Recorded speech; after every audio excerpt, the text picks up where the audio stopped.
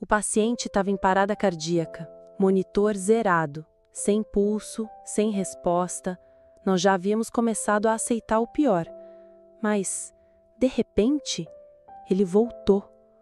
E o que ele disse em seguida simplesmente não fazia sentido. Olhou direto para mim e, com uma voz fraca, mas firme, disse: "Não precisa chorar por ele. Ele sabe que você ainda o sente todas as noites." Aquela frase era sobre meu filho. Meu filho que ninguém aqui conhecia. Meu filho que morreu há mais de 15 anos. E ele disse exatamente o que eu estava pensando, palavra por palavra. Aquilo que ele disse, nem minha família sabia. Naquele momento, tudo em que eu acreditava começou a ruir, porque naquele quarto de hospital, entre a vida e a morte, algo muito maior estava acontecendo. E eu, Carla Moreno, enfermeira há mais de 25 anos, estava prestes a viver a madrugada mais inacreditável da minha vida. Sou enfermeira há 27 anos e posso te garantir, depois de tanto tempo, a gente aprende a separar o emocional do profissional, aprende a lidar com a dor dos outros e muitas vezes até com a nossa. Meu nome é Carla Moreno, tenho 48 anos e já vi de tudo. Crises, partos, partidas. Já segurei mãos que estavam partindo e já enxuguei lágrimas de famílias que nem sabiam o que dizer. O hospital é um lugar onde a vida e a morte convivem lado a lado, numa dança silenciosa. E a madrugada tem um cheiro diferente. Menos visitas, menos barulho, menos distrações. É quando a dor grita mais alto. É quando a alma fala, se a gente souber escutar. Naquela noite, eu estava no plantão da UTI adulta. Era uma noite fria, de céu limpo, mas de pressentimento estranho. Não que a gente dê atenção a essas coisas, não oficialmente, mas enfermeiros sentem. Com o tempo, a gente aprende a perceber quando há algo fora do normal, uma vibração, um silêncio que não é o de costume, um arrepio sem motivo. Era um plantão como tantos outros, checagem de medicações, troca de sondas, ajuste de monitores, pacientes graves, mas estáveis. Nada até então indicava que aquela noite seria diferente. Até que o paciente do leito 7 chegou. Transferido às pressas de outra unidade, pós-cirúrgico, com quadro crítico. Jovem, uns 30 e poucos anos. Nome, Rafael Gomes. Estado, instável, mas consciente. Ele chegou assustado, mas calmo. E teve algo nele desde o início que me chamou a atenção. Os olhos. Não era medo, era como se ele já soubesse de algo. Como se tivesse pronto para algo que ainda nem havia acontecido. Eu não sabia, mas aquele paciente ia mudar completamente a forma como eu enxergava a morte e a própria vida. O incidente aconteceu exatamente às 3h17 da madrugada. Rafael havia chegado há pouco mais de 2 horas. Estava consciente, mas frágil. Pós-operatório de uma cirurgia cardíaca de emergência. Estava pálido, com a respiração ofegante, mas lúcido. Acompanhado apenas pelos monitores que piscavam em tons frios e pela solidão comum das UTIs. Aquele tipo de silêncio denso pairava no ar. Eu já havia terminado as medicações do turno e passava para verificar o acesso venoso dele. Quando me aproximei, Rafael me olhou com uma expressão estranha, quase serena demais para quem estava naquela situação. "Você acredita em alma, enfermeira?" Ele perguntou de forma tão direta que me fez parar por um segundo. "Acredito em cuidado", respondi, meio rindo, meio tentando não alimentar conversas que, em plantões críticos, podem se tornar distrações perigosas. Mas ele sorriu fraco e completou: "Eu vou sair do corpo hoje, mas eu volto." Fiquei imóvel por alguns segundos. Foi uma daquelas frases que não vem do racional, que vem de outro lugar. Desviei o olhar, chequei os sinais vitais. tudo dentro da normalidade para alguém no estado dele. Pressão um pouco baixa, mas nada que justificasse aquela frase. Talvez estivesse confuso ou com medo. Vai descansar, Rafael. Você está seguro aqui. Ele fechou os olhos, mas o sorriso permaneceu. E aquela frase ficou martelando na minha cabeça. Eu vou sair do corpo hoje, mas eu volto. Cerca de meia hora depois, fui chamada às pressas por um dos monitores. Código azul, parada cardiorrespiratória, leito 7. Era ele. Corri. A equipe se mobilizou em segundos.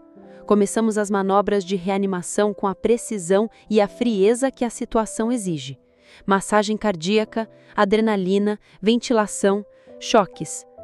Foram exatos 4 minutos e 41 segundos de parada. Tempo suficiente para causar danos irreversíveis. Mas algo me dizia que aquele caso seria diferente. Quando retomamos o pulso, todos suspiraram aliviados, exceto eu. Eu estava abalada, porque no instante em que a linha do monitor se retificou, o rosto de Rafael se mexeu. Ele ainda estava desacordado, mas havia algo em sua expressão, como se estivesse voltando de muito mais longe do que a ausência de pulso, como se estivesse voltando de outro plano. Não fiz alarde. Voltei ao protocolo, à técnica, registrei tudo, como manda o procedimento. Mas por dentro, eu estava inquieta.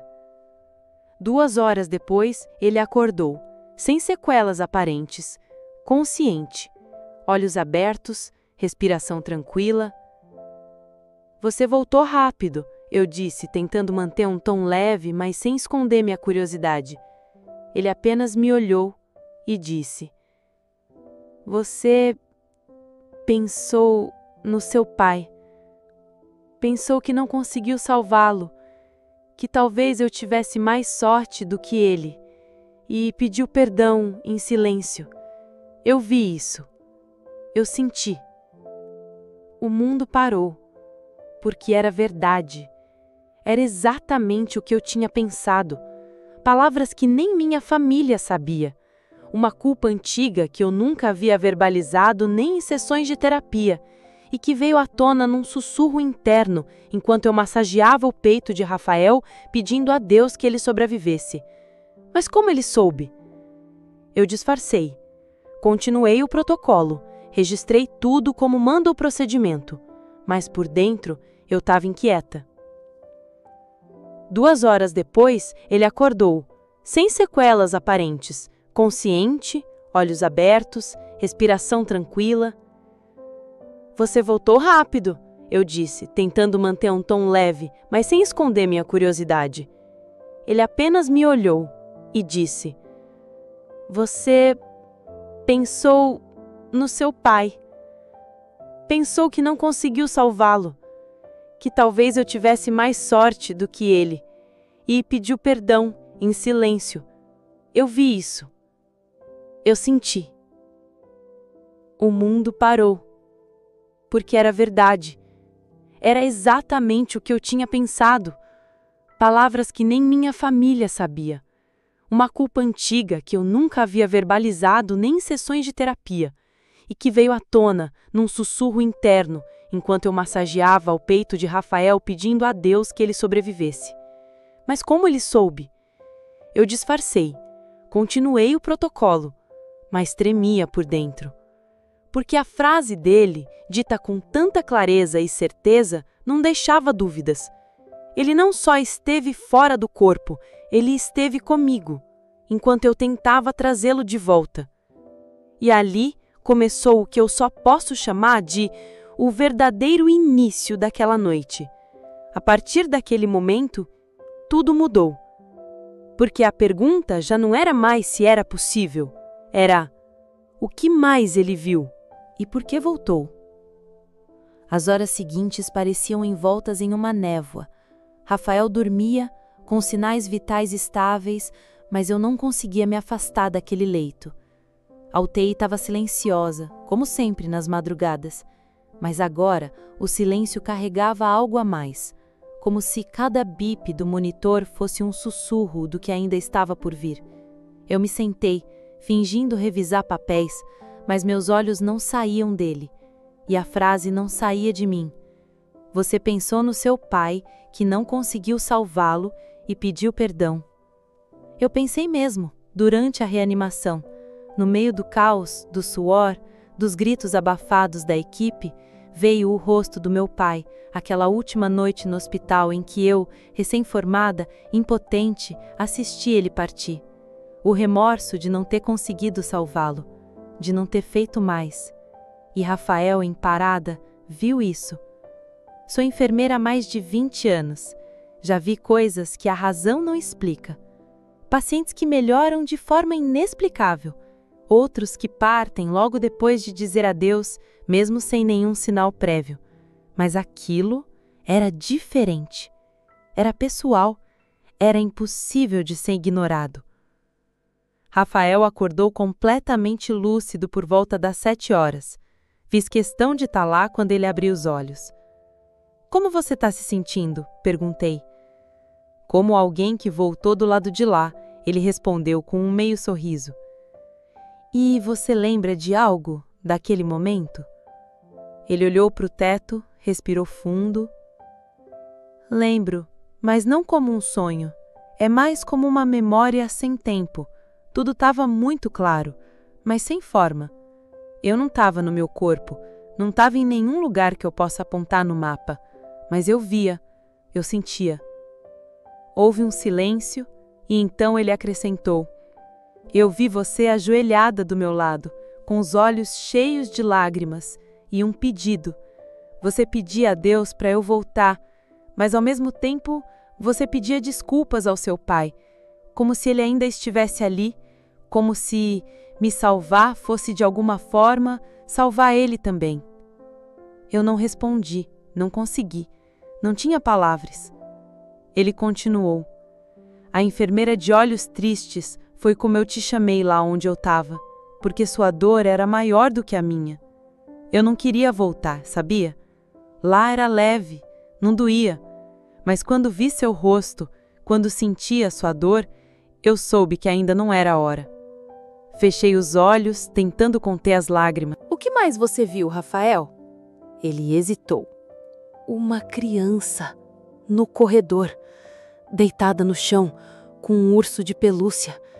Ninguém via ela, mas ela olhava para mim, como se me esperasse. Ela me chamou pelo nome e disse: diga a ela que eu tô bem.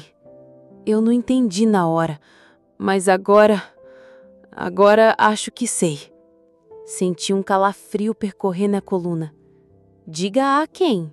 Perguntei. Ele virou o rosto e me olhou nos olhos. Você vai entender. Eu tentei continuar a rotina normalmente. A equipe seguiu seu ritmo, os médicos discutiam condutas, técnicos trocavam frascos de soro, mas algo em mim estava diferente. Comecei a rever prontuários, a reler relatos de outros pacientes que passaram pela mesma ala nos últimos meses, buscando qualquer indício, qualquer menção, algo fora do padrão. E então encontrei. Um caso de 3 semanas atrás. Uma criança de 7 anos. Nome: Valentina. Entrada por insuficiência respiratória. Evolução rápida. Óbito confirmado na madrugada do dia 5. Era o mesmo quarto onde Rafael foi colocado. Leito 7. Fui ao arquivo de imagens internas do hospital, pedi acesso às gravações de segurança da ala naquele período, dizendo que queria rever um protocolo de atendimento. O técnico não achou estranho, enfermeiros pedem isso o tempo todo. As câmeras internas da UTI não mostram o interior dos quartos, por motivos óbvios, mas o que vi nos corredores me arrepiou.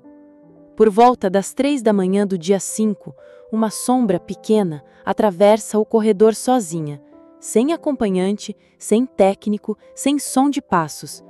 O vídeo é em preto e branco, mas a nitidez é suficiente para reconhecer. Uma menina, de camisola hospitalar, com um urso nas mãos. Ela para por instantes em frente à porta do quarto 7, olha para a câmera e some da imagem, como se evaporasse no ar. O relógio marcava exatamente 3h17, o mesmo horário da parada de Rafael, o mesmo momento em que ele, segundo suas palavras, viu a criança. Minha pele se arrepiou inteira. Fui ao registro da paciente Valentina, filha única. A mãe, Camila, havia deixado um bilhete de agradecimento à equipe no dia seguinte ao falecimento. No final do bilhete, uma frase simples. Ela amava seu urso azul. Disse que ele a protegeria, mesmo depois. Fechei o prontuário com as mãos trêmulas. As peças estavam ali. Rafael, em experiência de quase morte, havia visto uma criança que ninguém mencionou, com um urso, no mesmo lugar, na mesma hora, no mesmo leito. E aquela criança havia deixado uma mensagem para mim. Diga a ela que eu estou bem. A ficha caiu. A mãe. Era para a mãe que a mensagem era. E eu era o canal. Mas por que eu? Na noite seguinte, Rafael me chamou com os olhos. Ela ainda está aqui, ele disse sem que eu perguntasse nada. Quem? A menina. Ela disse que você precisa ir até o jardim. Meu coração disparou. O jardim do hospital era um espaço pequeno, quase sempre esquecido, entre os blocos A e B. Um lugar silencioso, onde raramente alguém ia durante a madrugada. Mas naquela noite eu fui. Levei meu crachá e atravessei os corredores vazios até a porta que dava acesso ao jardim. Abri com cuidado. O ar estava mais frio do que o normal. E então eu vi.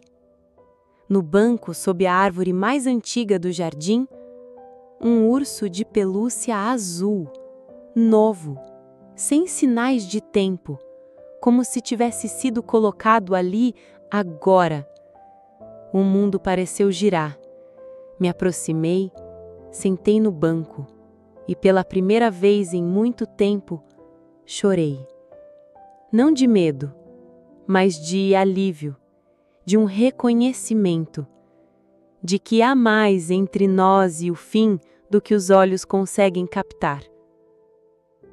Rafael melhorou com uma rapidez que os médicos não explicavam. Em 2 dias estava fora da UTI, em 4 recebeu alta. Antes de ir, me deu um bilhete. Você foi escolhida não por acaso. Ela te viu antes de partir e te escolheu para ser a ponte. Na parte de trás, desenhado com lápis, um urso azul.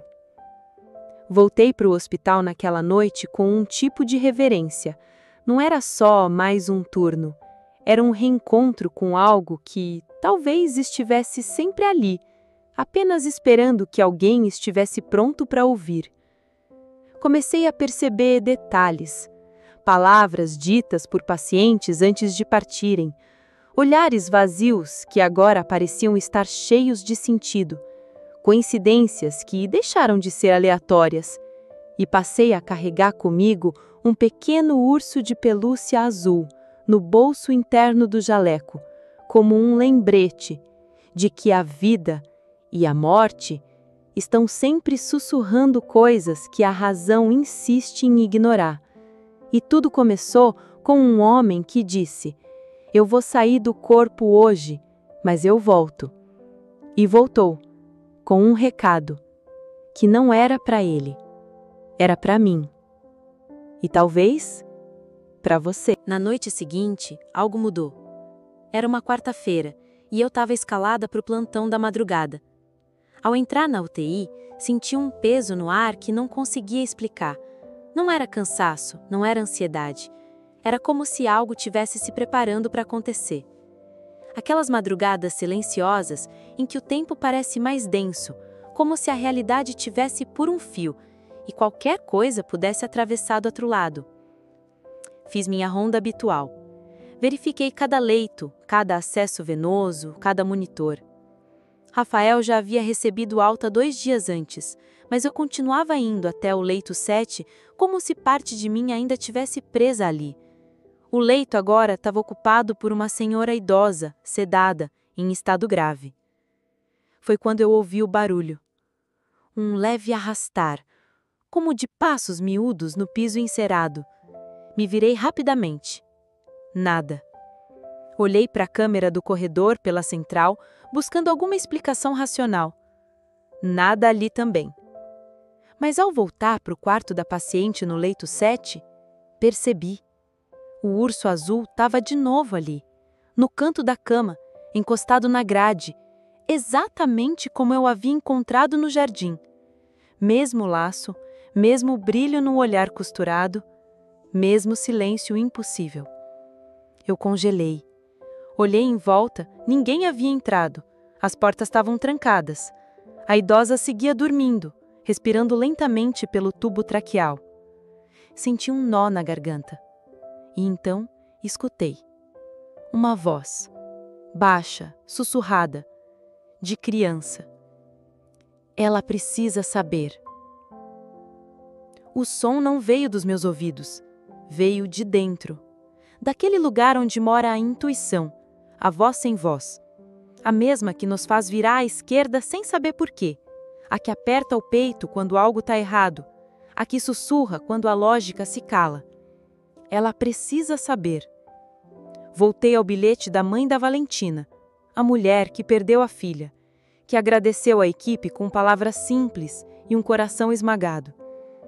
Ela amava seu urso azul, disse que ele a protegeria, mesmo depois. Não consegui dormir naquele dia. Saí do plantão e fui direto ao setor administrativo. Pedi acesso ao número de emergência deixado pela mãe da menina. Sou enfermeira do hospital. Meu nome é Cecília. Estive presente na UTI na noite em que sua filha partiu. Sei que faz pouco tempo. Mas será que a senhora poderia vir até aqui hoje? Eu tenho algo a dizer. Algo importante. É sobre Valentina. Do outro lado da linha, um silêncio longo. E então, um choro contido. Eu vou. 2 horas depois, nos encontramos na capela do hospital, um espaço esquecido pela maioria, mas que naquele momento parecia o único lugar possível para o que precisava ser dito. Ela entrou segurando um lenço amassado, com o rosto devastado, mas os olhos firmes. A senhora me ligou? Disse que era sobre minha filha? Assenti. Eu sei que isso pode soar estranho, mas preciso que confie em mim. Há algo que a Valentina queria que a senhora soubesse. Contei tudo. A parada de Rafael, a descrição exata do que ele viu, a menina com o urso, a mensagem. Diga a ela que eu estou bem. Ela desabou. Choro sem freio. Um choro que parece ter vindo de uma dor que não encontrava vazão até aquele instante. Quando se recompôs, me olhou com um sorriso tímido e murmurou. Valentina dizia que o ursinho era mágico, que ele só apareceria para quem precisasse. Eu achava que era coisa de criança, mas ela sempre dizia: mamãe, quando você estiver muito triste, o urso vai achar alguém para te dizer que eu estou bem. Foi ali. Ali foi o ponto em que tudo virou, onde a razão, a ciência e o rigor dos protocolos deixaram de ser suficientes. Ali eu soube que o que fazemos como enfermeiras vai muito além do que aprendemos nos livros. Às vezes somos apenas a ponte entre o que fica e o que parte, entre quem espera e quem já sabe, entre o invisível e o que ainda se recusa a ver. E naquela madrugada eu fui essa ponte. Não por escolha, mas porque alguém, do outro lado, me escolheu. Naquela mesma semana, 2 dias após a visita da mãe da Valentina, eu estava novamente na UTI. A vida, em sua insistência inabalável, já havia ocupado o leito de Rafael com outro paciente. O nome dele era Mauro, um senhor de 68 anos, infartado, com um histórico cardíaco complicado. Estava entubado, inconsciente, monitorado de perto por nós. Tudo parecia seguir seu curso normal. Medicações ajustadas, exames de enzimas cardíacas, ECG, um cuidado técnico impecável, como deve ser. Mas dentro de mim, algo estava diferente. Desde aquela noite com Rafael e o reencontro com a mãe da Valentina, algo em mim havia se aberto, uma fresta entre o visível e o invisível. Eu continuava cumprindo protocolos, mas agora carregava uma escuta mais silenciosa, uma que não vinha dos ouvidos.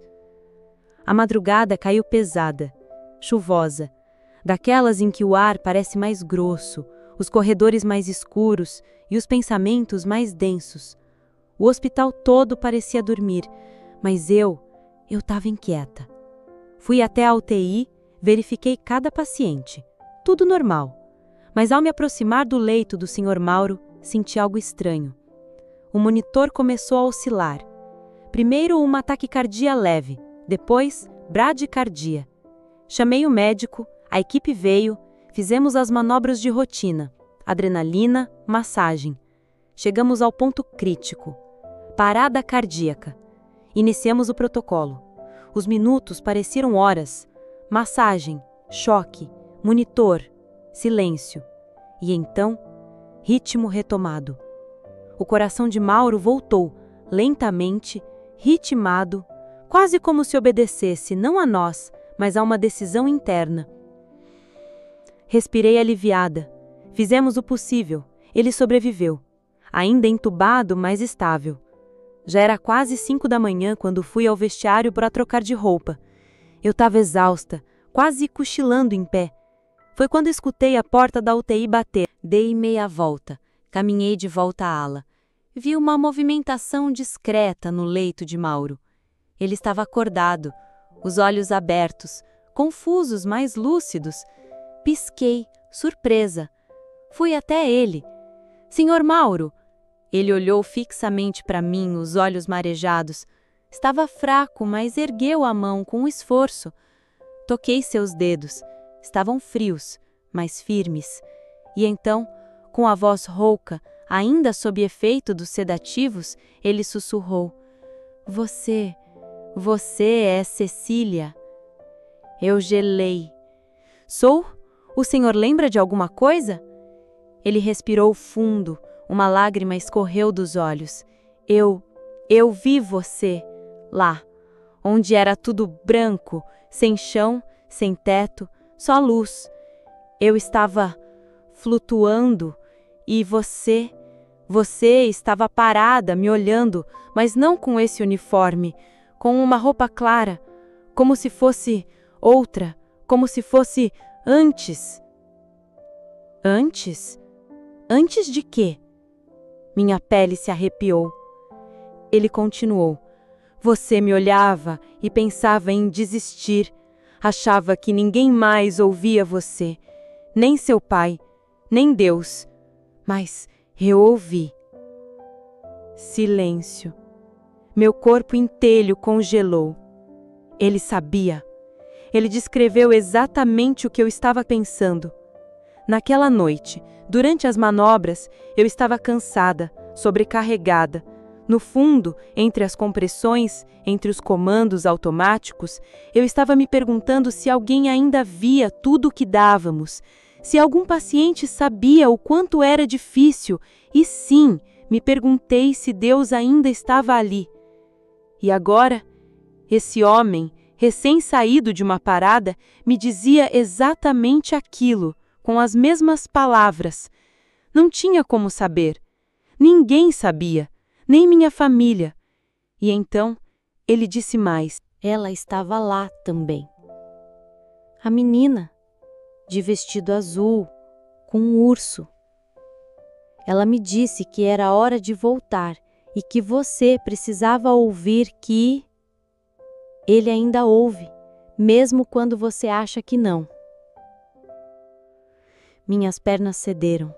Sentei ao lado da cama. Segurei firme a mão dele. Chorei, sem vergonha, sem contenção. A menina, o urso, a voz. Eles voltaram, de novo, por outra pessoa. E agora não era só uma experiência sobrenatural, era um testemunho cruzado, uma confirmação. Mauro teve uma EQM, uma experiência de quase morte, e viu a mesma criança que Rafael descreveu. E pior, ouviu meus pensamentos. Não como devaneios, não como um delírio, mas como se o meu pensamento tivesse sido ecoado do lado de lá. Como se por alguns instantes minhas dúvidas fossem mais barulhentas do que qualquer protocolo. Ficamos em silêncio por longos minutos. Eu chorando, ele olhando para o teto como se ainda estivesse entre dois mundos. Aquela noite foi o clímax da minha existência, onde tudo que me mantinha em pé, as regras, os papéis, as certezas, se curvou diante do inexplicável. E pela primeira vez em muitos anos, eu me senti ouvida por alguém que morreu e voltou para me dizer que, sim, eles ainda ouvem. Depois daquela madrugada, algo em mim definitivamente se transformou. Mauro se recuperou bem, ficou mais alguns dias na UTI e aos poucos foi retomando os movimentos, a fala, o riso. Mas entre nós ficou um silêncio carregado de sentido. Não precisávamos mais falar sobre o que havia acontecido. O que ele me disse naqueles minutos após a parada cardíaca estava gravado em mim com uma nitidez que nenhuma ficha clínica jamais registraria.